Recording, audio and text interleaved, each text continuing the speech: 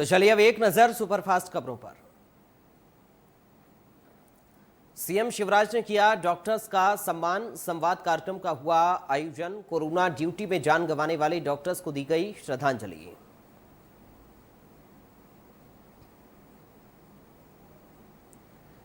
पूर्व मुख्यमंत्री कमलनाथ ने देवास जिले के नेमावर में हुए हत्याकांड के आरोपी को राजनीतिक संरक्षण देने का आरोप लगाया। उन्होंने ट्वीट कर लिखा कि उच्च राजनीतिक संरक्षण प्राप्त एक लड़का आदिवासी लड़की का यौन शोषण करता है और पूरे परिवार की हत्या करता है और 1.5 महीने तक खुला घूमता है। क्या ऐसी हत्यारी कानून व्यवस्था में बेटियां और आदिवासी सुरक्षित रह पाएंगे?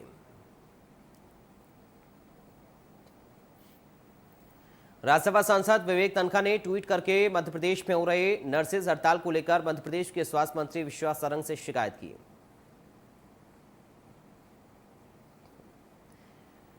उन्होंने ट्वीट में लिखा कि आज 1 जुलाई विश्व डॉक्टर्स डे है। ऐसे दिन हमारी नर्सेज हड़ताल पर हैं। ये एक रथ के 2 पहिए हैं। आपका रथ एक पहिए से नहीं चलेगा।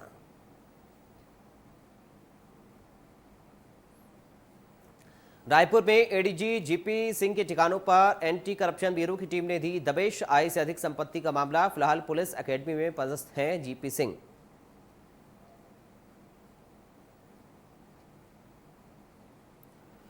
जारी है सीएम भूपेश बघेल की समीक्षा बैठकों का दौर। आज लोक स्वास्थ्य यांत्रिकी और जल संसाधन विभाग के कामकाज का लेंगे हिसाब। पशुओं के रोका छीका अभियान का भी करेंगे शुभारंभ।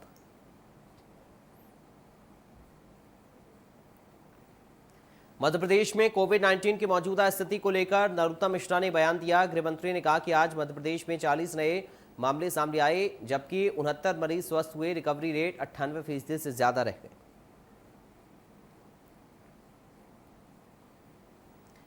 गृहमंत्री नरोत्तम मिश्रा ने डॉक्टर्स डे पर सभी चिकित्सकों को बधाई दी और कहा कि कोरोना काल में जिस तरह डॉक्टर्स ने सेवा की है वो अतुलनीय है।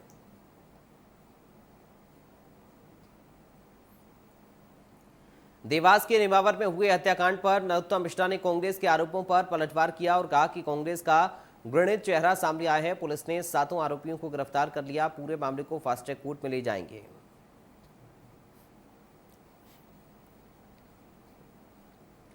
मध्य प्रदेश में मंत्रियों के जिलों के प्रभार की सूची जारी। गृह मंत्री मिश्रा को इंदौर का प्रभार, सीएम के करीबी भूपेंद्र को भोपाल की कमान, पीडब्ल्यूडी मंत्री भार्गव जबलपुर और सिंधिया समर्थक सिलावट संभालेंगे ग्वालियर।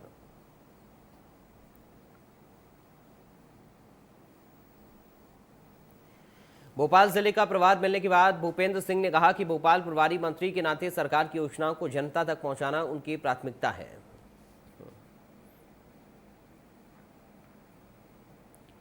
तबादला नीति पर भूपेंद्र सिंह ने कहा कि सरकार ने जो तबादला नीति बनाई है उसके आधार पर वो काम करेंगे।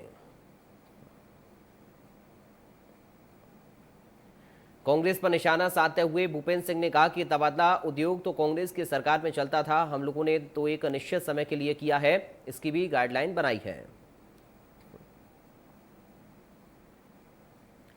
देवास के नेमावर में हुए 5 लोगों के जघन्य हत्याकांड में एसपी का बयान सामने आया। उन्होंने कहा कि पूरे मामले में विस्तृत और गहन जांच चल रही है। पुलिस गिरफ्तार किए गए सभी आरोपियों की संपत्ति की जानकारी खंगाल रही है। प्रधानमंत्री स्वनिधि हितग्राही संचार योजना के तहत खुद प्रधानमंत्री नरेंद्र मोदी ने हितग्राही नाजमीन से बात की और शासन की योजनाओं का किस प्रकार से लाभ मिला, इसकी जानकारी प्रधानमंत्री ने पूछी।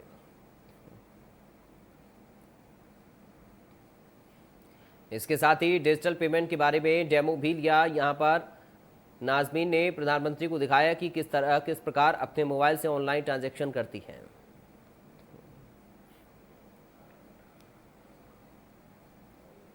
खनिज मंत्री बृजेंद्र प्रताप सिंह बक्सवाहा के कसेरा गांव पहुंचे, जहां पर ग्रामीणों से रूबरू होते हुए हीरा खदान के बारे में लोगों की राय सुनी।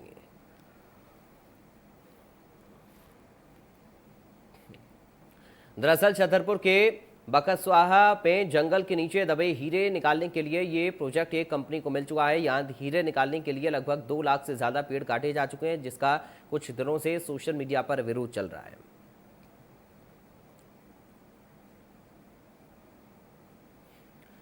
रायपुर में 1 जुलाई को जीएसटी दिवस समारोह का आयोजन किया जा रहा। सेल टैक्स बार एसोसिएशन की ओर से इस उपलक्ष्य में कोविड-19 की महामारी के मद्देनजर इस साल साइकिल रैली का आयोजन किया है।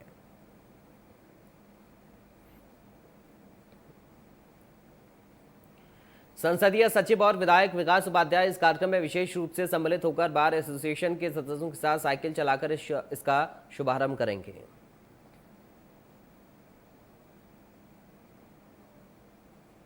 मध्य प्रदेश में वैक्सीनेशन महाअभियान का दूसरा चरण जारी। 7,000 से अधिक सेंटर्स में लोगों को फर्स्ट और सेकंड दोनों ही डोज लगाए जाएंगे।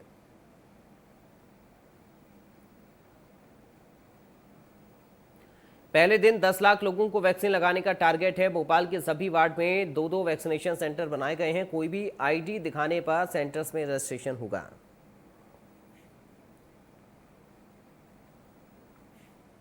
हालांकि जिला प्रशासन को टारगेट के लिहाज से 20,000 वैक्सीन कम मिली है। टारगेट 50,000 लोगों को वैक्सीन लगाने का था, लेकिन 30,000 लोगों में ही संतोष करना पड़ेगा।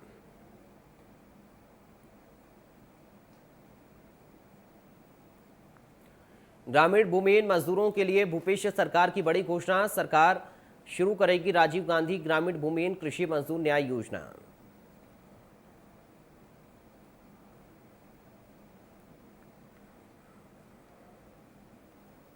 छत्तीसगढ़ की महिला एवं बाल विकास मंत्री अनिला भेड़िया ने शराबबंदी को लेकर बयान दिया। उन्होंने कहा कि हमने गंगाजल की सौगंध लेकर कभी नहीं कहा कि हम संपूर्ण शराबबंदी करेंगे।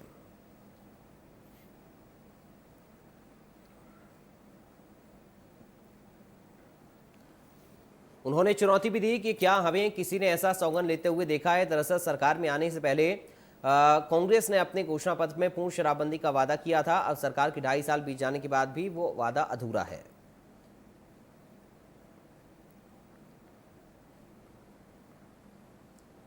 जबलपुर में अब डायल 100 के साथ सिर्फ पुलिस ही नहीं बल्कि विधिक सहायता भी पहुंचेगी। मध्य प्रदेश राज्य विधिक सेवा प्राधिकरण जल्द ही ये सेवा लागू करने जा रहा है।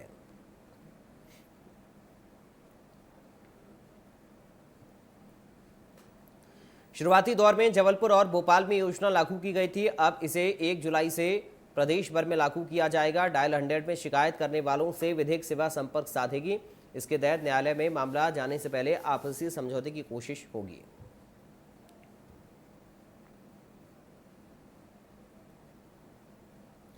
खंडवा के डाबिया में अंधविश्वास ने एक गर्भवती महिला की जान ले ली। बताया जा रहा है कि प्रसूता के पेट में दर्द हुआ तो उसे इलाज नहीं दिया गया, बल्कि गर्म लोहे से 50 बार दागा गया।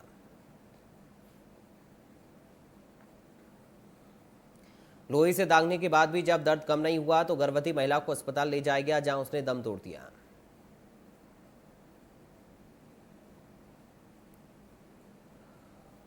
सनावद में बजरंग दल के कार्यकर्ताओं के साथ अभद्र व्यवहार के मामले में हिंदू संगठन के करीब 50 कार्यकर्ताओं ने बुधवार की रात 11 बजे थाने पर धरना दिया।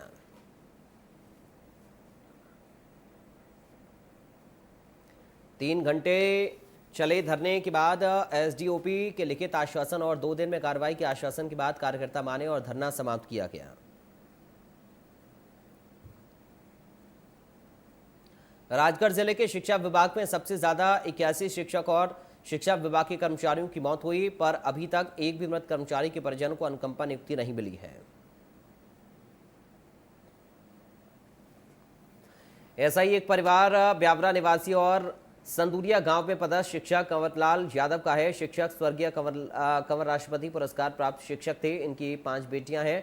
शिक्षक का 2 महीने पहले कोरोना से निधन हो गया था और उसके बाद उनके परिवार पर मुसीबत का पहाड़ टूट पड़ा है।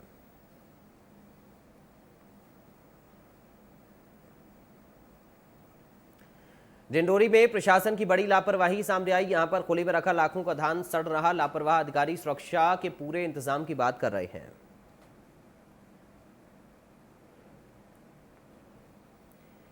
बता दें कि जिले के 3 स्थानों में खुले ओपन कैंप में 2416 मीट्रिक टन धान रखा गया है और पहली बारिश में सड़कर धान अंकुरित हो गया है।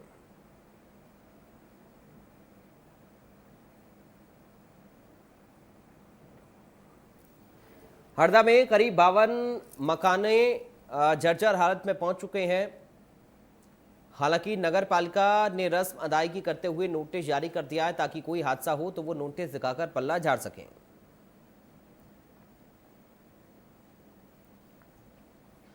बताया जा रहा है कि पिछले कुछ सालों में नगर पालिका ने एक भी जर्जर मकान नहीं तोड़ा, जबकि नगर पालिका को नोटिस के बाद ऐसे भवन तोड़ने चाहिए।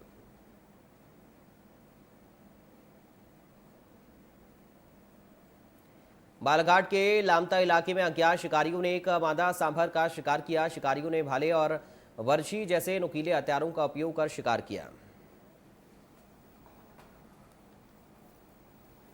सूचना पाकर रेंजर नरेश कुमार काकुड़िया समेत वन अमला मौके पर पहुंचा और पंचनामा तैयार कर पशु चिकित्सक की मौजूदगी में पोस्टमार्टम कराया गया।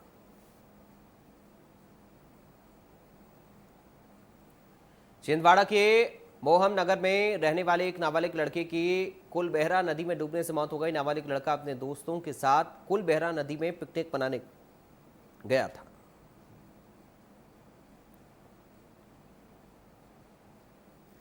बड़वानी के बस स्टैंड पर एक युवक ने बच्चा चोर महिला को पकड़ा। महिला धार के निसरपुर से 4 महीने के बच्चे को चुरा कर लाई थी।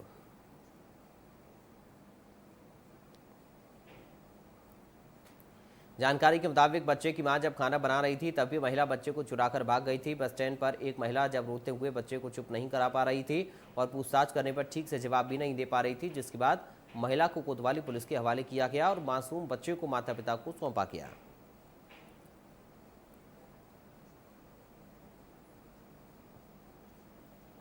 कटनी के झंडा बाजार से एक युवक को दुकान से तेल का टीन चुराना महंगा पड़ गया। व्यापारियों ने उसे पकड़ लिया और मारपीट कर बाकायदा जुलूस निकालते हुए कोतवाली थाने में सौंप दिया।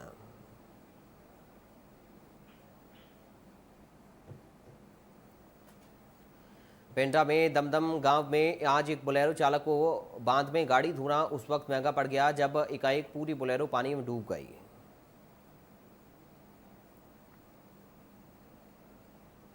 दरअसल यहां एक कार चालक अपनी कार को धोने के लिए दमदम बांध के कम भराव वाले क्षेत्र की ओर ले गया और गाड़ी धो रहा था कि तभी अचानक कार बैक होने लगी और देखते देखते पूरी पानी में डूब गई।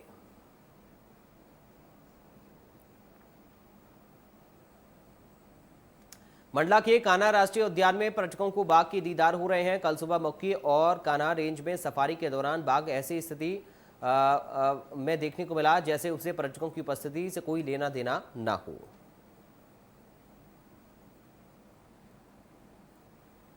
बता दें कि 23 जून के बाद बारिश के दौरान पार्क पर्यटकों के लिए बंद कर दिया जाता है, जो कि अब 15 अक्टूबर को खोला जाएगा, जिसके कारण कल पर्यटकों की भीड़ देखी गई और पर्यटकों को बाघ के फोटो वीडियो वायरल करने का मौका भी मिला।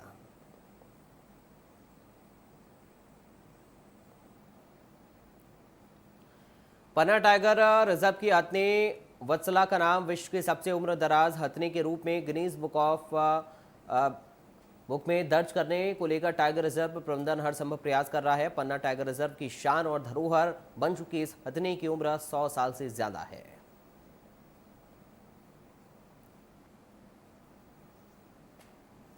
लेकिन उम्र से संबंधित दस्तावेज नहीं होने के कारण अभी तक गिनीज बुक में नाम दर्ज नहीं हो सका है। अब वत्सला उम्रदराज होने के चलते काफी बीमार भी रहने लगी है।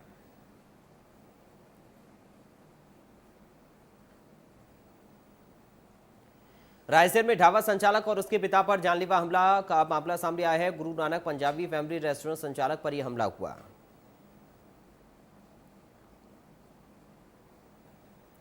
यह हमला आधा दर्जन से अधिक लोगों ने किया। मारपीट और तोड़फोड़ की पूरी घटना सीसीटीवी में कैद हो गई।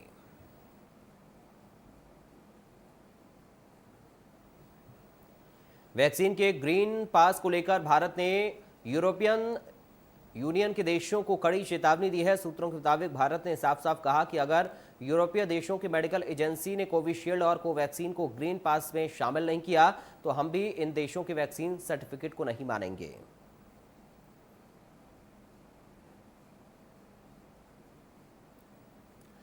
यूरोपीय संघ ने अपनी ग्रीन पास योजना के तहत यात्रा पाबंदियों में ढील दी है। सूत्रों के मुताबिक भारत ने समूह के 27 सदस्य देशों से अनुरोध किया है कि कोविशील्ड और कोवैक्सीन के टीके लगवा चुके भारतीयों को यूरोप की यात्रा करने की अनुमति देने पर वे विचार करें।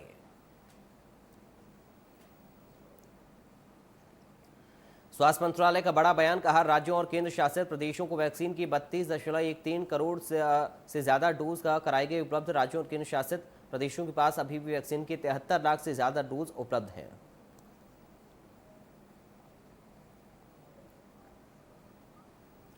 झारखंड के स्वास्थ्य मंत्री बन्ना गुप्ता ने प्रधानमंत्री मोदी को लिखा पत्र में स्वदेशी कोरोना वैक्सीन बनाने वाले वैज्ञानिकों को भारत रत्न देने का किया अनुरोध।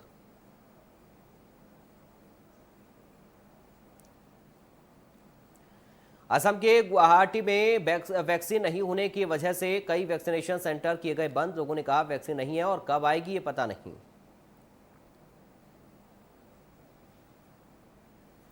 देश के 10 राज्यों में पूर्ण लॉकडाउन जैसी पाबंदियां, इनमें पश्चिम बंगाल, हिमाचल प्रदेश, झारखंड, छत्तीसगढ़, ओडिशा, कर्नाटक, तमिलनाडु, मिजोरम, गोवा और पुडुचेरी शामिल। यहां पिछले लॉकडाउन जैसे ही कड़े प्रतिबंध लगाए गए हैं।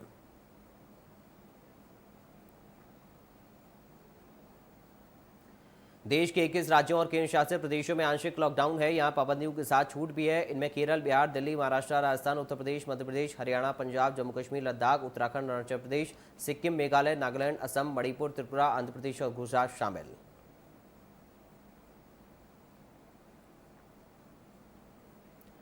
इस बीच तेलंगाना सरकार ने राज्य में 20 जून से लॉकडाउन को पूरी तरह से हटा दिया। देश में महामारी के बीच पाबंदियों को पूरी तरह हटाने वाला ये पहला राज्य बन गया है। यहां पर 1 जुलाई से स्कूल भी खोल दिए जाएंगे।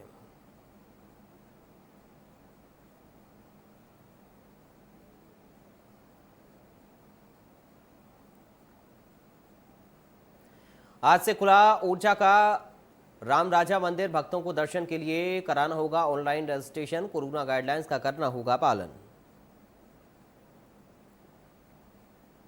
देश भर में पिछले 24 घंटे में कोरोना के 48,415 नए मरीज मिले। 61,494 ठीक हुए। 988 की मौत। हरियाणा में पिछले 24 घंटे में 87 नए कोविड मामले, 131 रिकवरी और 14 मौतें दर्ज की गईं। पंजाब में पिछले 24 घंटे में 262 नए कोविड मामले, 452 रिकवरी, 15 मौतें दर्ज की गईं।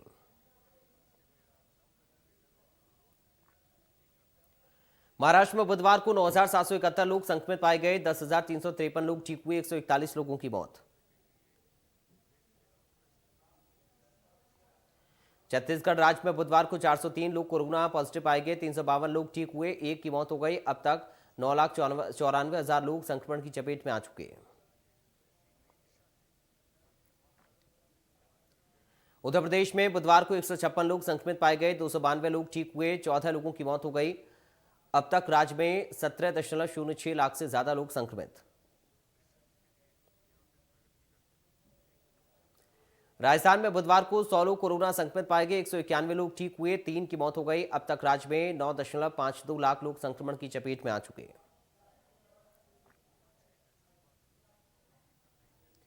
गुजरात राज्य में बुधवार को 90 लोग कोरोना पॉजिटिव पाए गए। 304 लोग ठीक हुए। 3 की मौत हो गई। यहां अब तक करीब 8,23,000 लोग संक्रमण की चपेट में आ चुके हैं।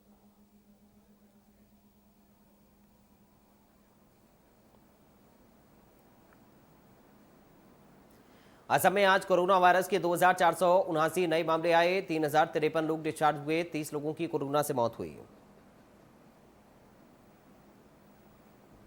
आंध्र प्रदेश में पिछले 24 घंटे में 3,797 नए मामले, 5,498 रिकवरी, 35 मौतें दर्ज।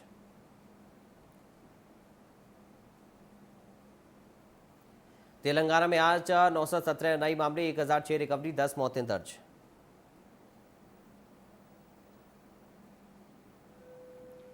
तमिलनाडु में आज 4,506 नए मामले, 5,537 रिकवरी, 113 मौतें दर्ज।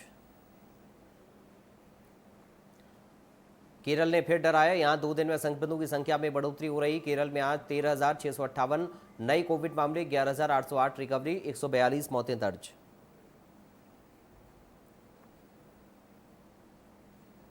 कर्नाटक में कोरोना वायरस के 3,382 नए मामले, 12,763 लोग डिस्चार्ज हुए। 111 लोगों की कोरोना से मौत हो गई।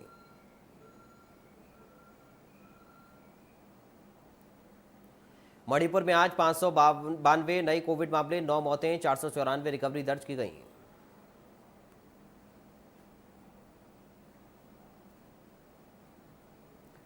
उत्तराखंड के चमोली स्थित वैली ऑफ फ्लावर को कोविड गाइडलाइंस के साथ पर्यटकों के लिए खोला गया। कोविड नेगेटिव रिपोर्ट के साथ होगी अनुमति।